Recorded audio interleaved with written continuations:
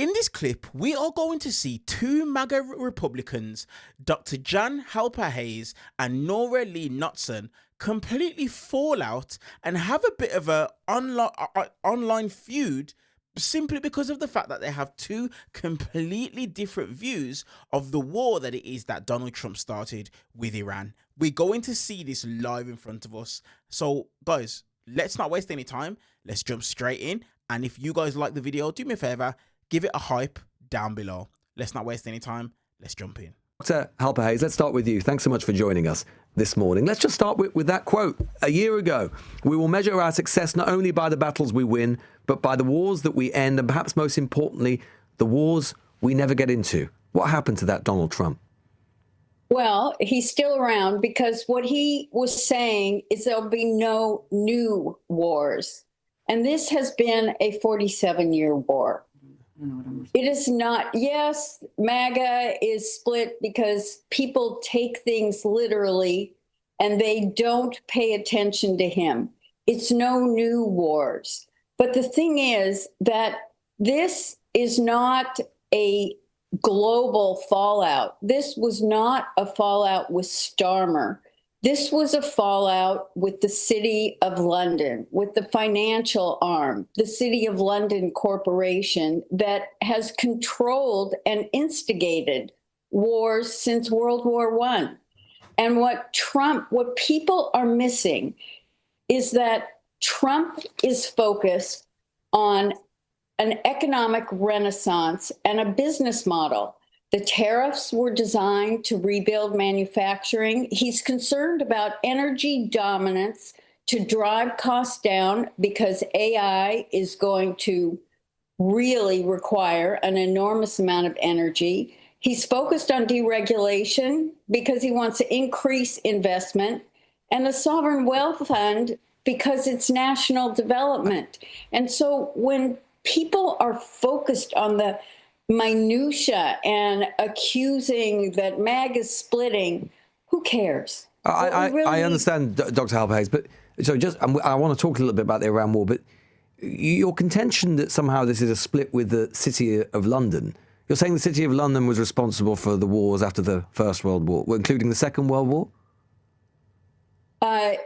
If you look at the financial aspects, what this was, or let's look at the Council of Foreign Relations. It was Adolf Hitler responsible for the Second World War, of course, not the City of London. Okay, let's look at the Council of Foreign Relations 1980 report.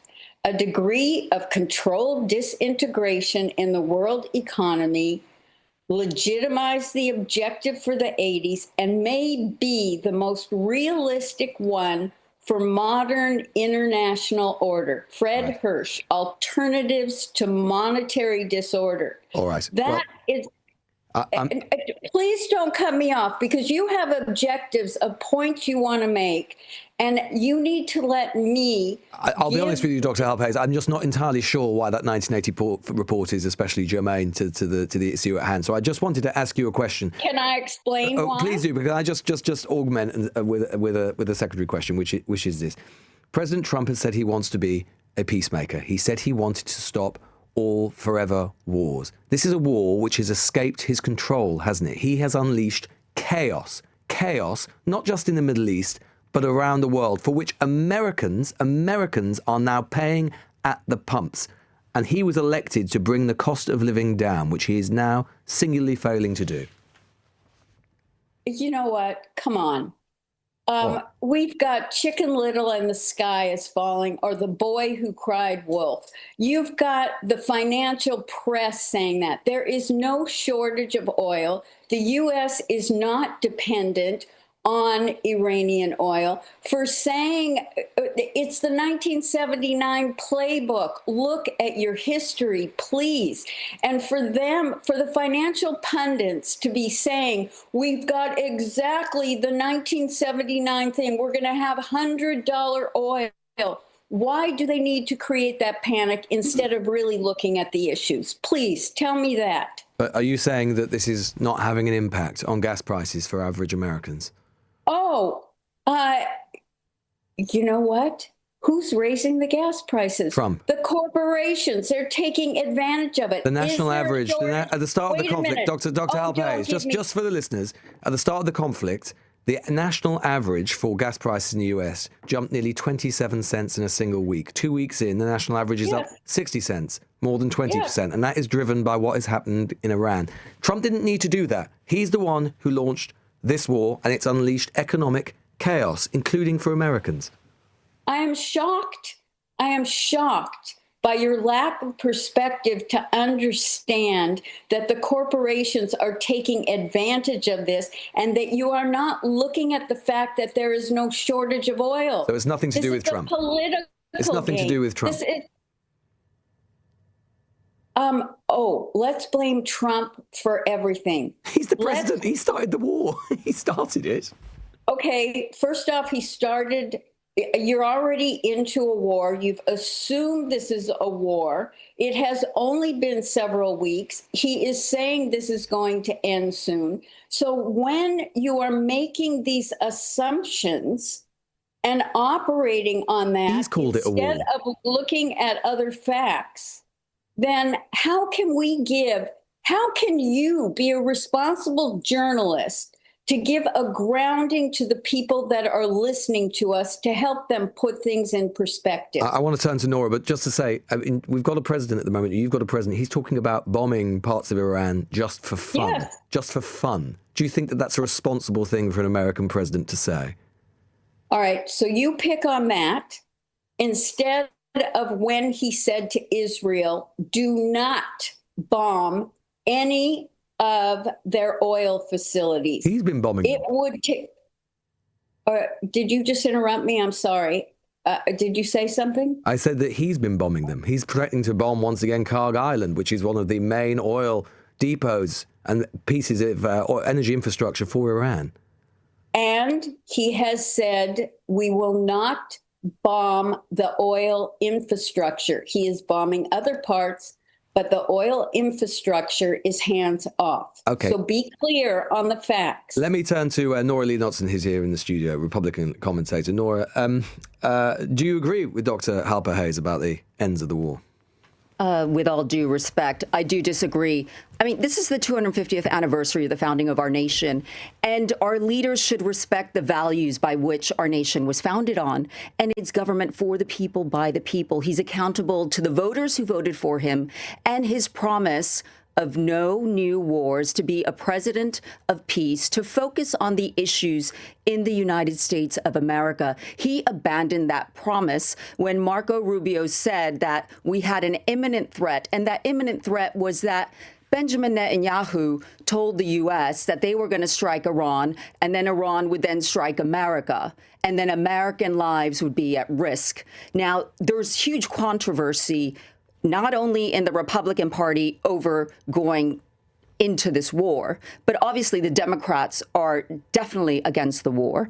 And I know that a lot of the GOP, the majority are for it, but 54% of Americans are against this war, and he abandoned his promise to his voters, me being one of them. Well, President, I suppose what Dr. Halper Hayes might say, and then the president might say, is that, look, he's the president. Iran is no friend of the West. He thinks it's a threat not only to the security of the region, but also eventually to the United States, that he can't and shouldn't ignore it, whatever he's said about forever wars in the past. Again, the imminent threat, according to Marco Rubio, what came out was that Israel was going to strike. And as president of the United States, I think he should have told Israel not to strike. We've got our allies, GCC, got involved in this. All of our bases have been destroyed in the region. We are depleting our defenses as a result of this. And the rest of the world has been drawn into this crisis because the Strait of Hormuz controls 20% of the oil that flows through there. So I think there should have been further debate and engagement with our allies before such a grave decision was taken. What impact do you think this will have on the president's base and standing with within his own party? I think it will have an impact. As we've seen, the vast majority of his base does support this, but I am one of the minority that does not support it. And on the whole, the American people don't support it. We see here in Europe, there is not support for this war. And people are not happy that he lifted sanctions on Russian oil. And that was the leverage, the economic leverage we had in trying to bring peace to Russia-Ukraine conflict. The peace that he was trying to achieve between Israel and Gaza, between Russia and Ukraine, that's now secondary. And now we've created a whole new conflict, drawn in the rest of the world into this conflict, when that was not his promise when he was running for president. Do you feel, I mean, we've spoken in the studio before, you've defended the president, I know that you're a supporter of his. Do you feel personally let down by this? Absolutely. Absolutely. As I said, he abandoned his promise when he ran for president, no new wars. We know that the Iraq war added over $13 trillion to our debt problem in the U.S. There is no appetite financially either for it. Dr. Halper-Hayes, you've heard it not from me there, but from someone who has supported the president, feels personally let down. There will be many, she will speak, Nora Lee Knotson, she'll speak for many people and many American voters who voted for the president, partly because they thought that he would not let the country be dragged in to new conflicts. And yet here we are. Well, if we look at what's going on and we think of it as a chessboard, I think it was rather smart of our Treasury Secretary because they anticipated that there would be a close to the Strait of the Hormuz.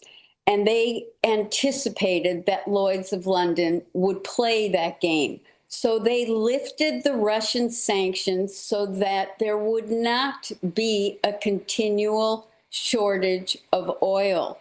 If we look at this from the optics and from the strategy, and if you only say, and you have just an emotional reaction, I feel let down. He promised no new wars. This is not a new war. Why are the neocons writing op-eds saying that this was and is a 47-year war that has been going on, and he is ending that threat to America?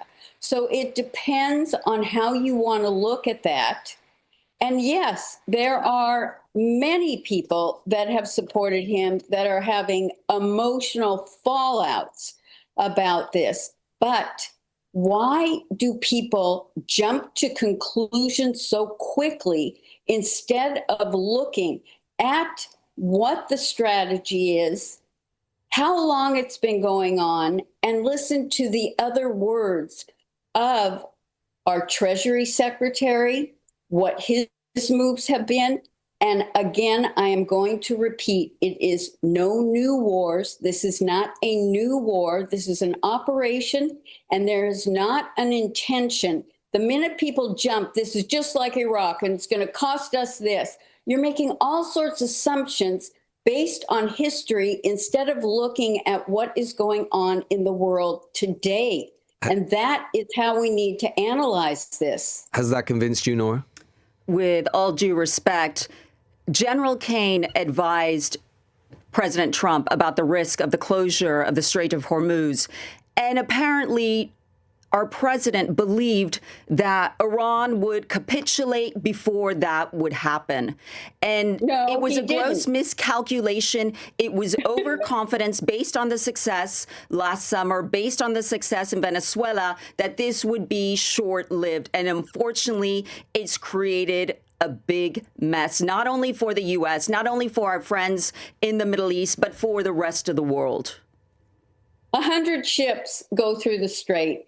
They have put our Navy there and a $20 million reinsurance plan. All they have to do is get through the strait, and the ships go back to their regular insurance company. Have you not heard? The fact is they anticipated this. They anticipated that Iran would do that, and they outsmarted them.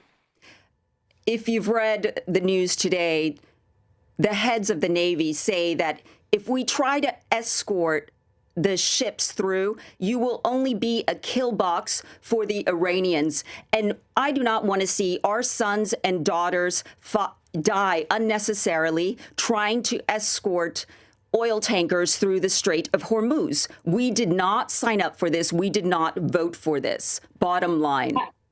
I don't always believe what the press writes. I prefer to listen to our cabinet secretaries and our president, what they're saying, and looking at the strategy that is put in, because we know how journalists will skew things exactly that way. Dr. Halper-Hayes, are you really seriously saying that President Trump foresaw every step that Iran has made, that he foresaw exactly how this was going to go? And the current situation that we're experiencing, this is exactly where President Trump expected us to get to and where he wanted to be?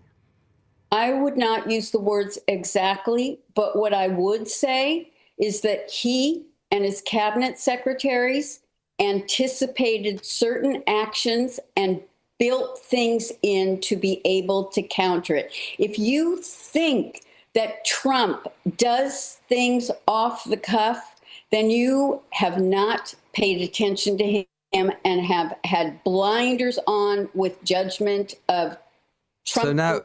So why, in that case, why is he being forced, in what some commentators are saying in a rather humiliating fashion, to ask for allies who he has spent the last couple of weeks insulting, including the UK and our Prime Minister, asking his allies to go and help him keep the straits open? If he's that much of a three-dimensional chess player, why is he being forced to ask his allies for help? Actually, he plays chess on a 5D. Right, sorry. Well, why did Iran strike other Middle Eastern countries? I mean, you know. Well, so he didn't see that coming? Oh, he definitely did anticipate it. Just because the press isn't reporting that, it doesn't, you have to look at the moves that they are making, which tell you that they anticipated certain things. That's what needs to be looked at. You need to look at the actions and the decisions and come to your own conclusions. So again, I just go back to that. I just go to that point, Dr. Halper-Hayes. If he was such as you say, not just three-dimensional, but five-dimensional chess player, who knows, 7 or 9 or 11 dimensions, who knows, given his genius. If he was so skilled, why is he in a position where he is having to ask his allies for help to keep the straits open? Well, why is your emphasis as if it's a negative that he's having to ask? This is what he is showing by bringing people together against the terror that Iran has brought, not only on its own people, but on some of the other surrounding countries. There's another way of looking at it, Dr. Halper-Hayes. There's another way of looking at it, which is neither he nor America is as powerful as he thinks they are. That's not where he's coming from. Where he's coming from is to reorder our whole economic renaissance. And if you can't look at those aspects of it. Oil over $100 a barrel again? Is that an economic renaissance? Really? Just because they're doing Chicken Little and the sky is falling and the FT is saying that and Bloomberg, you bought into that. No, it's the Americans who are having right now to pay more money to fill up their cars because of what President Trump does. And you might say it's Chicken Little, Jan Halper-Hayes, but you know what? You're not insulting me. Arguably, you're insulting American voters who voted for Trump in dismissing their economic concerns. You know what? It went up 20 cents. It went up 60 cents. Maybe that's easy for you to say. It definitely wasn't as $5 when Biden was in. And the thing is Donald Trump, that if you increasing your prices a bit less than Biden. Don't remember him running on that. You know what? Twist my words that way. That makes it a really negative bias slant, and that's not the facts. Dr. Halper-Hayes, grateful for your time. Nora, last word to you. What do you think about what you've heard, but also about where this goes? I mean, President Trump has got a very strong political set of antennae. I'm sure he will, on some level, be concerned about the domestic implications for this. Of course, he'll be concerned about the domestic implications. He'll be concerned about how this plays into the midterms. The best that he can hope for right now is a swift victory, but I think he grossly miscalculated the downside risk for going in. And now we've got a leader in charge of Iran who was actually somebody who fought in the military in the Iran-Iraq war. Khomeini, the Ayatollah's son, is actually far worse than the Ayatollah. And so there's a lot of miscalculations, a lot of negatives that have arisen as a result of miscalculation. Nora Lee Knudsen, there, Republican commentator. And before that, we were joined. Wow. That interview was mental. Absolutely mental. The level of delusion from Jan Halper Hayes, it is something that actually shouldn't shock us, shouldn't surprise us. Like I said, we've literally covered her on this channel previously, and she's delusional. She had a massive meltdown when she had a back and forth between herself and Lewis Goodall. But seeing the way that MAGA, there's a massive rift at the moment in MAGA, between Donald Trump loyalists, is a thing of beauty for me. I'm going to be 100% honest, because you're literally seeing it in real time. Some people are still drinking the Kool-Aid when it comes to Donald Trump, but then you've also got a different set of people who aren't drinking the Kool-Aid and are literally thinking to themselves, this guy has gone absolutely cuckoo for Cocoa Puffs. Absolutely cuckoo for Cocoa Puffs. And he doesn't know what he's doing. But Jan Halper Hayes is literally trying to sit there and act like Donald Trump has foreseen absolutely everything. That's the exact reason why people believe this is a cult. The exact reason. But it's good to see people like Nora Lee Knudsen, you know, that are actually understanding and realizing. But what can we say? The only thing people like us can say is, we told you so. We knew this was going to happen. We knew this was going to be the case. But you just chose not to listen. Let me know your guys' thoughts on this exchange in the comment section below. Hit that hype button and hype up the video. Let's get it in front of as many people as possible. Appreciate you guys. I'll see you guys in the next clip.